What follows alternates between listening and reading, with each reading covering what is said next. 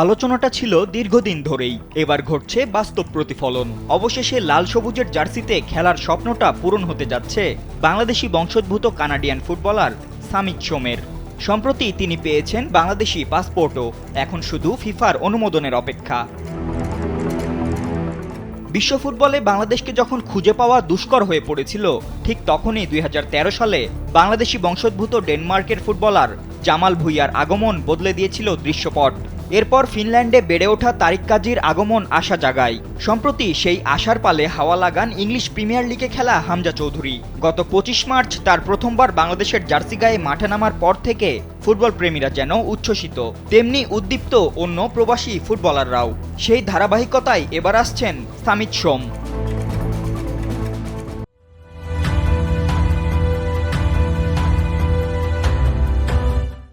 কানাডায় জন্ম নেওয়া ২৭ বছর বয়সী মিডফিল্ডার সামিতের বাবা মা দুজনেই বাংলাদেশি, তবে তার জন্ম এবং শৈশব কেটেছে কানাডায়। ২০২০ সালে তিনি কানাডার জাতীয় দলের হয়ে ২টি আন্তর্জাতিক ম্যাচও খেলেছেন।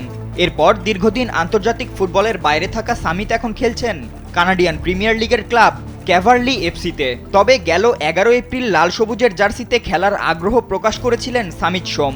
এরপর থেকেই বাফুফে তাকে নিয়ে আসার জন্য তোড়জোড় শুরু করেছে। ইতোমধ্যেই সামিতের খেলার জন্য কানাডা ফুটবল ফেডারেশন থেকে অনাপত্তিপত্রও পেয়েছে বাফুফে। এবার তারা ফিফা প্লেয়ার স্ট্যাটাস কমিটির কাছে আবেদন করবে, আর সেখান থেকে ক্লিয়ারেন্স পেলেই বাংলাদেশের হয়ে খেলতে সামিতের আর কোনো বাধা থাকবে না। বাংলাদেশ দলের সামনে এখন বড় পরীক্ষা আগামী ১০ জুন। এশিয়ান কাপ বাছাই মুখোমুখি হতে হবে সিঙ্গাপুরের। সেদিনই মাঠে সামিতকে দেখা যাবে কিনা সেটি নির্ভর করছে ফিফার প্লেয়ার্স স্ট্যাটাস কমিটির সিদ্ধান্তের ওপর। সবকিছু ঠিকঠাক থাকলে সিঙ্গাপুর ম্যাচেই হয়তো জাতীয় দলের মাঝমাঠে আরও এক নতুন মুখ দেখবে বাংলাদেশ। ফাতিন ইশরাক, কালবেলা।